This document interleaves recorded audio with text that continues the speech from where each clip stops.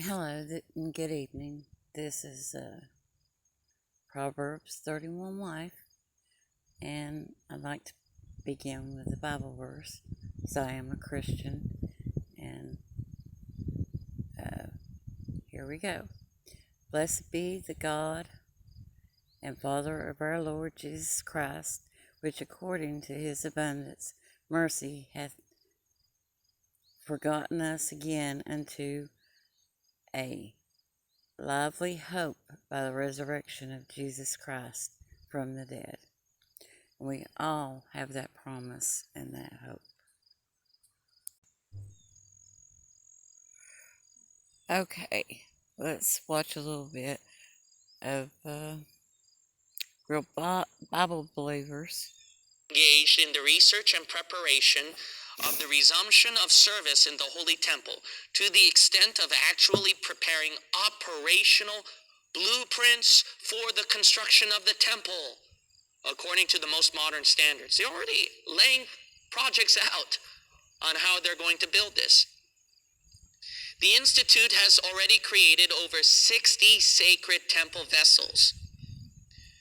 High priest breastplate containing the 12 precious stones of the tribe of Israel, and the musical instruments of the Levitical choir are also ready. They prepped up, man. They prepped up. Kohen, literally priest, is a status given only to Aaron and his descendants. These garments will adorn a new generation of Levitical priests who are already in training. Believe it or not, it's been close to 95 years since Jerusalem's chief Rabbi Kook was reported in a British publication to have established Torat Kohanim. What's that? Designed for the training of Levites to serve in a rebuilt temple. They've been doing this almost a century. They're ready. All they need is just that rental room in San Francisco that just won't let them because of building zone codes. They just need that, and then they can finally build their that building. And then, because they've just been longing for it, they've been amping up for it, but somebody just won't let them go yet. Okay, I really like this preacher that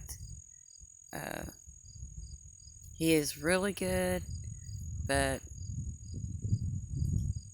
he believes we'll be raptured out before tribulation. I do not. I believe God will come for us after tribulation. Know what I mean, right? If you live in the Bay Area, you kind of know what I'm talking about. That's how hard it is to get a stinking building, man.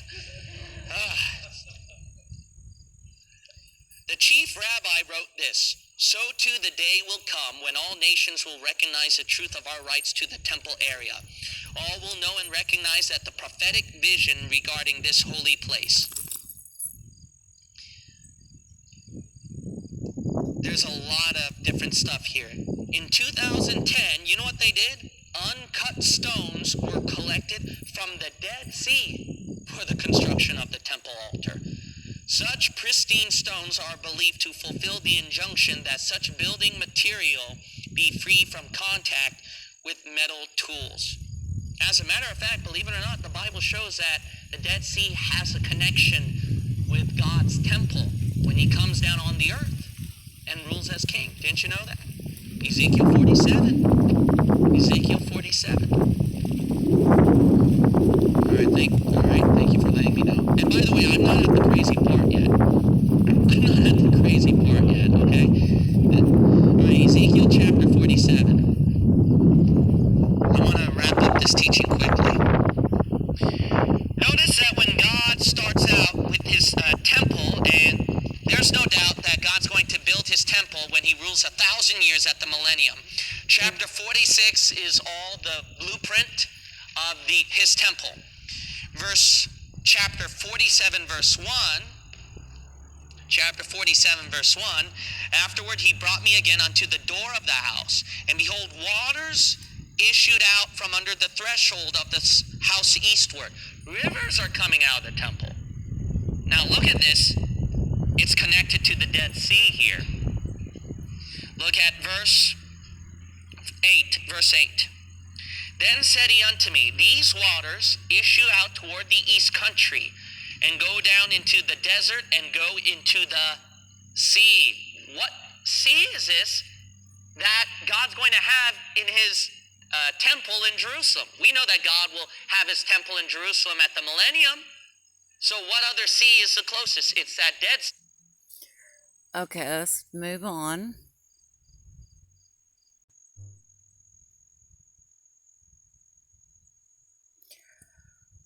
Okay, this is the Watchman, and Watchman 1963, and he is very informed, and he is Christian, and he is very good.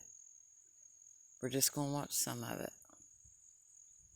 With 4 surface-to-surface missiles targeting the sea, when one of them failed and caught fire, a South Korean town thought it was under attack. The region now on edge over North Korea's latest missile test that prompted bombing drills, fighter jets, and warnings. The United States condemns these actions and calls on the DPRK to refrain from further unlawful and destabilizing acts. The missile launched by North Korea near its border with China was its longest range test yet, soaring a record 2,800 miles clear over Japan, then crashing into the Pacific Ocean, triggering warnings for millions along Japan's northern coast to take cover. Japan's prime minister calling it an outrageous act. Analysts believe the missile fired was the massive Hwasong-12 that was paraded through Pyongyang earlier this year and is capable of carrying a nuclear warhead. By far the most provocative launch in a record year for North Korea, most of the tests didn't get much attention from the U.S., but looming now, a possible nuclear test, something Kim Jong-un hasn't done since 2017, but appears to be preparing for. We would urge him to be willing to sit down and have those discussions so that this doesn't have to come to blows. With relations at a low and talks long stalled, a familiar tension has returned over North Korea's next move. The U.S. and other countries are pushing for a UN Security Council meeting, though China and Russia are opposed to any open discussion about North Korea. It's also worth noting that shortly after that missile was launched, Pyongyang voiced its support for the Kremlin's annexation of those 4 territories in Ukraine. So regional dynamics, as ever, are shifting here, and dangerously so. So the question of who blew up Russia's energy pipelines to Europe, which is not just a question in the news, it's a historical question, we've addressed it a couple of times already, is not really much of a question anymore.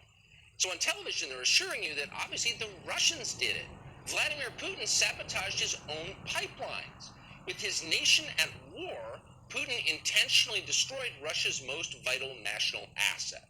Now, why, you ask yourself, would Putin do that? Well, because actually no one's explained why Putin would do something like that. Bad people do bad things. That seems to be the idea. Former CIA Director John Brennan showed up on CNN the other day to add his version of the story, and it was clear right away that this was no ordinary cable news segment. Brennan was instead conducting a scientific experiment designed to determine just how stupid CNN viewers are. Now, these are the people who believed Joe Biden when he told them COVID was a pandemic of the unvaccinated. These are the ones who think men can become women just by saying so. So clearly they are highly credulous. But the question remains, just how credulous are they? What won't they believe? Well, in the name of science, John Brennan decided to find out. Watch. Do you think Russia's behind the sabotage of the pipelines? Well, I think all the signs point to some type of sabotage. These pipelines are only in about 200 feet or so of water.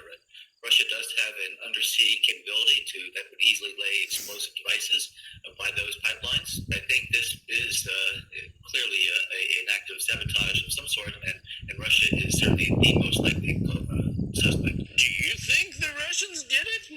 Asked the anchor. Do you think the man with 4 bullet holes in his head committed suicide? Well, I felt this would be important. It's about Next Witch, message to Christians about celebrating Halloween. I feel this is important. Oppression and more into a glorious relationship with Jesus Christ, who has totally redeemed me and as you can see, wipe the darkness out of my life. Thank you, Jesus. So today I want to talk about Halloween and Christianity. So Halloween is kind of a taboo subject for Christians as far as talking about not celebrating it. There seems to be two camps in the thought of Halloween and Christians. One is there's absolutely nothing wrong with Halloween. It's all in good fun. Just don't celebrate the evil side and it's perfectly fine. And the other side says do not celebrate Halloween at all. It's totally evil. And I guess there is kind of a middle ground where some people say, well, don't celebrate it, but reach out to the lost with fall festivals at church and handing out tracts to trick-or-treaters. So I just wanted to speak a little bit about that, because I know I have more experience with the darkness of Halloween and the evil side than I think some people do. And I just want to share that because I think it's really important and it's something that people need to know, Christian or not Christian. So as a witch, when I celebrated Halloween, Halloween is a high holy day for Satanists and witches alike. And so I did not celebrate Halloween thinking it was evil. We didn't do sacrifices. We didn't hurt animals. And it seemed all in good fun. It was a day to celebrate the dead and to party. And it seemed perfectly good and fun. It wasn't until after I got into a saving relationship with Jesus Christ that I really started to realize how evil Halloween is. In the Bible, God speaks very clearly about not being involved in paganism, witchcraft, mediums, sacrificing children, and things of that nature. But what many people don't know is that Halloween is a high holy day for Satanists and witches and other occult members who actually hurt people and animals. They do things, it's not just on Halloween. Anton LaVey says that Halloween is the third most important holiday on their calendar. He, if you don't know, was the founder of the Church of Satan. He is now deceased. The Church of Satan is not deceased, though. It is alive and active. And Satanists actually love the fact that Christians celebrate Halloween because Halloween opens you up to your dark side. Now, I know a lot of Christians say that they don't celebrate the evil of Halloween, but the thing is that you really can't get away from the evil of Halloween. It is a day dedicated to Satan, evil, and death. So as I was saying, witches see Halloween not as evil, but as, celebration of the dead and partying. But Satanists and other occultists see it as a day, yes, of the dead and partying, but to them, that means human sacrifices, animal sacrifices, ritual abuse such as beatings, and also sexual abuse. So it is very real that babies are being murdered, animals are being murdered, and other people, children and adults alike, are being abused. It's the real deal. And so Halloween, Easter, and Christmas time are huge pagan holidays that they do these kinds of rituals, but Halloween is one of the more important ones. And there are many people out there right now who... Okay. If you would like to watch her, then go to her channel.